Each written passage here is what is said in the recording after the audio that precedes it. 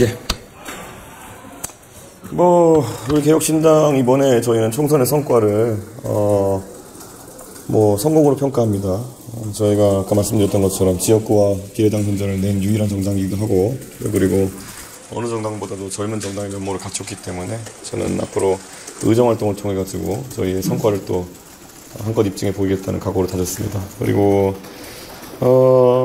이번에 3명의 저희가 당선자를 배출했지만은 또 당내 이번에 또 다져진 팀워크와 그리고 또 인재풀이 많기 때문에 저희가 조기에 또 전당대회를 통해 가지고 이런 역할을 재배치하는 그런 과정을 겪을 것이다 라고 오늘 이야기를 했습니다. 그래서 제 개인적인 생각으로는 아까 60일 이내에 저희가 전당대회를 하도록 되어 있거든요. 총선 이후에. 그런데 5월 말 국회 개원 이전에 저희가 당 정비를 마칠 수 있으면 좋겠다라는 의견을 오늘 피력했고 저희 실무적인 검토를 통해 가지고 언론인들께 공유할 수 있도록 하겠습니다. 개원을 하면 여러 국정검이나 국정조사가 좀 발될 거라고 보이는데 지금 기상병 국정검 또 얘기하셨으니까 아마 동의하실 거로 보이는데 김건희 특검법 관련해서는 어떤 입장이십니까?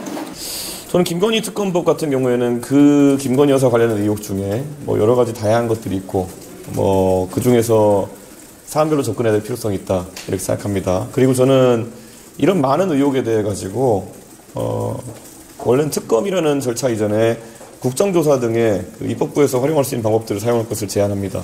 그래서 양평고속도로 것만 하더라도 저는 당연히 이것을 국정조사를 통해 가지고 전모에 대해서 입법부가 파악해야 된다 이렇게 판단하고 있습니다. 그리고 다만 이제 선거 과정에서 조국혁신당 등에서 다소 좀 감정적일 수 있는 예를 들어 한동훈 특검이라든지 이런 것들이 주장이 나온 것에 대해서는 저도 선거 과정 중이라 정확히 어떤 경위에서 해당 정당에 그런 말이 나왔는지를 아주 세밀하게 이해하지 못했습니다. 그런데 너무 정치적인 주장이 가미된 경우에는 그것은 특검의 남발에 해당한다 이렇게 보기 때문에 저는 그런 부분에 대해서는 개혁신당은 좀 신중하게 접근할 것이다 이렇게 말씀을 드리겠습니다. 특검은 국민들이 원하는 진실을 파헤치는 도구가 되어야 되는 것이지 정쟁의 도구가 되어서는 안 된다는 원칙을 가지고 임할 수 있도록 하겠습니다.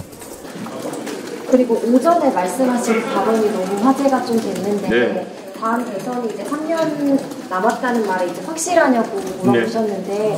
그게 조기 탄핵이나 이런 것까지도 생각을 하신 건지 정확히 어떤 의미인지. 저는 윤석열 대통령의 변화를 우선 촉구하고 싶습니다. 그리고 그 변화가 먼저 선행되지 않는다고 한다면은 윤석열 대통령이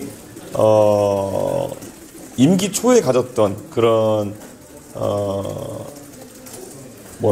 뭔가를 밀어붙일 힘은 없을 것이다 이런 생각을 합니다. 그래서 지금 또 거부권을 쓸 수 있는 의석을 가지고 있다 해도 총선 이후에 또 거부권을 쓰는 것은 더 큰 부담일 것이거든요. 왜냐하면 이미 거부권을 쓰는 것에 대한 평가까지 이번에 이루어진 것이 전 총선이라 보기 때문에 그런 국민들의 의사에 반해서 거부권을 또 쓸지는 좀 지켜보겠고요. 그렇기 때문에 윤석열 대통령께서도 첫째 제가 야당의 대표로서 바라는 바는 국정운영 스타일을 바꿔달라라는 것이고요. 그리고 만약에 그럼에도 불구하고 그렇게 되지 않는다든지 했을 때 저는 대통령께서 전국을 돌파하시기 위해 가지고 다양한 야당과의 타협안을 내실 수밖에 없을 거다. 근데 그중 하나가 권력의 어쨌든 분산을 위시한 그런 여러 개헌 과제라든지 이런 것을 내실 수도 있고 그리고 그 개헌이나 이런 것들이 탄력 있게 추진되기 위해서는 결국 권력 구조나 아니면은 임기 단축에 대한 부분도 얘기할 수 있다고 좀 봅니다.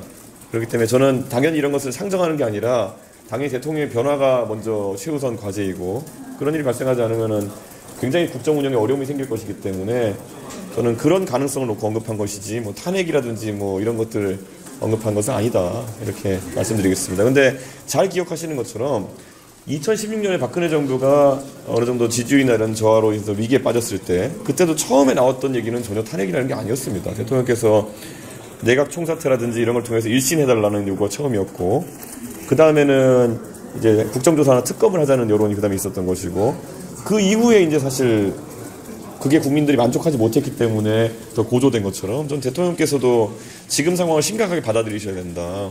사실 여당이 선거를 이렇게 패하는 경우가 흔하지 않습니다. 아마 제가 기억하기로는 2016년 총선 박근혜 대통령이 결국 조기에 물러날 수밖에 없었던 그 계기가 됐던 그 총선 그리고 이번 총선이 아마 여당이 선거를 110석 120석 하는 거의 유의한 선거일 겁니다. 그렇기 때문에 심각하게 받아들였으면 좋겠다 이런 생각입니다. 그 대권 주자로 발표를 했다. 그 천하람 위원장께서도 마크롱 언급하시는 거예요. 지금 개혁신당에게 주어진 과제가 있다면 전 대권보다도 지방선거를 이야기하고 싶습니다. 결국 국민의힘에서 제가 막강한 권한을 가진 거대 정당으로서의 대표로서도 역할도 해봤지만은 결국에는 우리가 처음부터 토대를 잘 만들어서 다져서 쌓아올린 그런 권한들이 아니었던 만큼 또 기득권의 저항에 쉽게 무너지는 모습을 제가 보였던 거 아니겠습니까? 그렇기 때문에 지금은 저 기득권과 당대당으로 맞서기 위해서는 지방선거에서 굉장히 많은 우리의 젊은 인재들이 역할을 해야 된다 이런 생각을 가지고 있습니다. 그래서 그 과정에서 저희가 만약에 성공적이라면은 그 이후에 이어지는 대선에서의 개혁신당의 역할도 또 부각되지 않을까 이런 생각이고요. 지금 당장 오히려 대권이라든지 이런 것에 대해서 너무 욕심을 가지고 우리 개혁신당이 활동하게 되면은 말 그대로 또다시 외로운 그런 기득권과의 싸움 맞이하게 될 것이다. 저는 그런 생각합니다. 그래서 지방선거를 중점으로 놓고 저희는 전략을 짜려고 합니다. 이준석 대표가 어떤 평의미를 보일지도 좀 관심이 좀 가는데 혹시 생각하고 계시는 게 있는지? 제가 하고 싶다는 걸 안 시켜줄 것 같아가지고 거꾸로 얘기되나 하는 고민도 하고 있습니다.